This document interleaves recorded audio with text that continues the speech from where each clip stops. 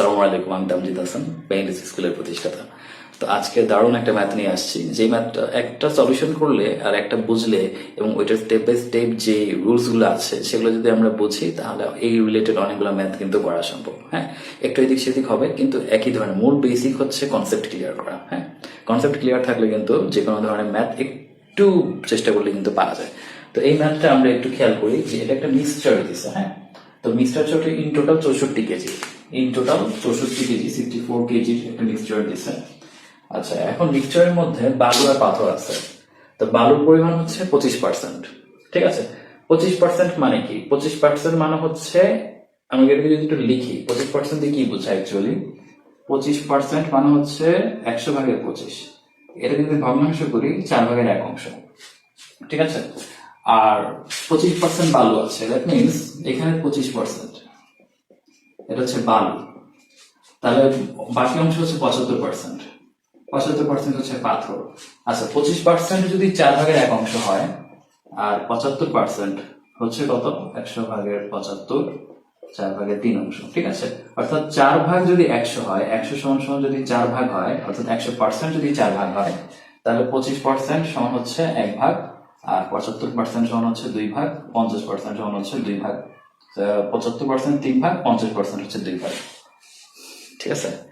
আচ্ছা, তো সেই রুল অনুযায়ী 25% সমান আমরা লিখতে পারি 1 ভাগ, আর 75% সমান লিখতে পারি 3 ভাগ। আচ্ছা, তাহলে এই 3 ভাগ আর 1 ভাগ, বালু হচ্ছে 1 ভাগ। ঠিক আছে, আর যে পাথর সেটা হচ্ছে 3 ভাগ, তার মোট হলো 4 ভাগ। তো 64কে যদি 4 ভাগ করি কত হয়? 16। তাহলে 1 ভাগ হচ্ছে 16 কেজি, আর বাকি 3 ভাগ হচ্ছে 348 কেজি। ঠিক আছে, তাহলে প্রথম কাজটা শেষ। মিক্সচারের মধ্যে কতটুকু বালু আছে? 16 কেজি বালু আছে। মিক্সচারের মধ্যে কতটুকু পাথর আছে? 48 কেজি পাথর আছে। এতটুকু কাজ শেষ। এতটুকু বাদ, এতটুকু হচ্ছে বাদ। এখন আসলে কত কেজি বালু মিশাইতে হবে? তো বালু হচ্ছে 16 কেজি। তো 16 কেজির মধ্যে আমি x কেজি বালু মিশাবো। x কেজি বালু মিশানোর পরে বলতেছে যে পাথরের পরিমাণ 40% হবে। আচ্ছা, পাথরকে আমি নতুন করে মিশাই নাই। তাহলে পাথর আগেই ছিল, আগে কত ছিল? 48 কেজি পাথর ছিল। পাথর কিন্তু চেঞ্জ হয়নি। ঠিক আছে, বালু চেঞ্জ হয়েছে, পাথর চেঞ্জ হয়নি। কিন্তু ওই যে পরিমাণ চেঞ্জ হওয়ার কারণে আমার যেটা 25% 75% বালু ছিল, সেটা ওই পরিমাণ বেড়ে যাওয়ার কারণে, কারণ 150% আর 120-এর 50% কিন্তু এক না। হ্যাঁ, 150% হচ্ছে 50, 120-এর 50% কিন্তু 60, 140-এর 50% কিন্তু 70। অর্থাৎ যত বাড়বে রেশিও পার্সেন্টেজটা কিন্তু তত বাড়বে। তো যার কারণে এই 40% সমান কেজিতে যত, আর ওই 75% সমান কেজিতে ততই। আচ্ছা, তাহলে নতুন মিক্সচারে বালুর পরিমাণ আবার যদি করে লিখি, তাহলে এটা ছিল পাথর আর বালু।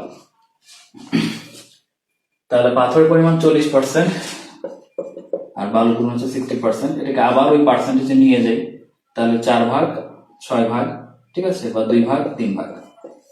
তাহলে 2 ভাগ হচ্ছে পাথর আর 3 ভাগ হচ্ছে বালু। এটা হচ্ছে নতুন মিক্সচার।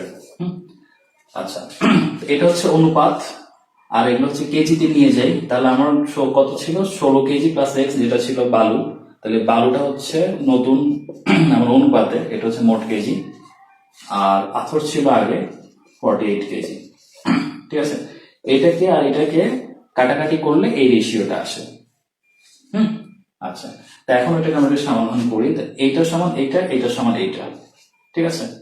আচ্ছা, তো এটাকে লিখি কি হচ্ছে, যদি অনুপাত আকারে লিখি, তাহলে 48 16 প্লাস এক্স। ঠিক আছে, 48 সমান কত? 2।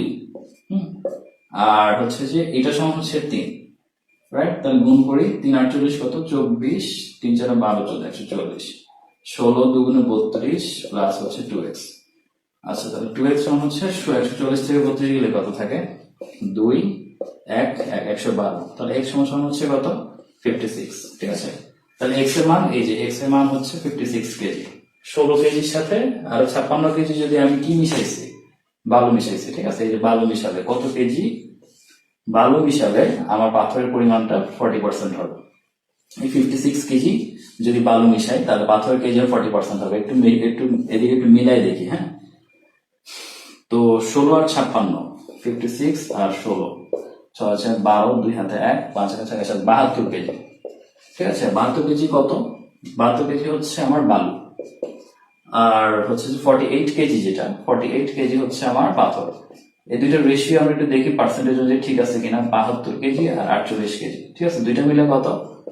72 আর 48, 8 এর 10, এখানে 7 5 12 120। 120 কে একটু দেখি কত হয়। 12 দিয়ে কাটলে হচ্ছে 12 10 6 12 72 ইন্টু 100%, এই যে 10 6 10 60%। হ্যাঁ, এই যে 60%। আর এটা 48%, 48 কেজি যেটা সেটা 40% হবে, বলছে না 40%। একটু মিলাই দেখি। 48 120 48 কত হয় গুণ 100%। হ্যাঁ, এটা গেল 3 3 10 30%, 4 12 48, হ্যাঁ 40%, ঠিক আছে। এই তাইভাবে স্টেপ বাই স্টেপ করলে কিন্তু এই ম্যাথ গুলো কিন্তু আসলে খুব একটা কঠিন না। হ্যাঁ, কিছু বেসিক নিয়ম, যেমন এই জিনিসটা 25%কে আমরা যদি ফ্র্যাকশনে করি কিরকম আসে। এরপরে কোনটা ঠিক রেখে কোনটা বাড়বে, এই 40% যা, আর হচ্ছে যে ওই 25% একই। 25% যা, 40% একই জিনিস, ঠিক আছে। তো এ হচ্ছে মূল বিষয়। আর এটাকে আরো একটা ভাবে করা যায়, আরো দুইটা ভাবে করা যায়। ওই দুইটা করতে গেলে সময় বেশি লাগবে। ওই দুইটা কোনো একদিন আরেকদিন আলোচনা করবো, ঠিক আছে। আচ্ছা, ততদিনের জন্য সবাই ভালো থাকবেন। আল্লাহ হাফেজ।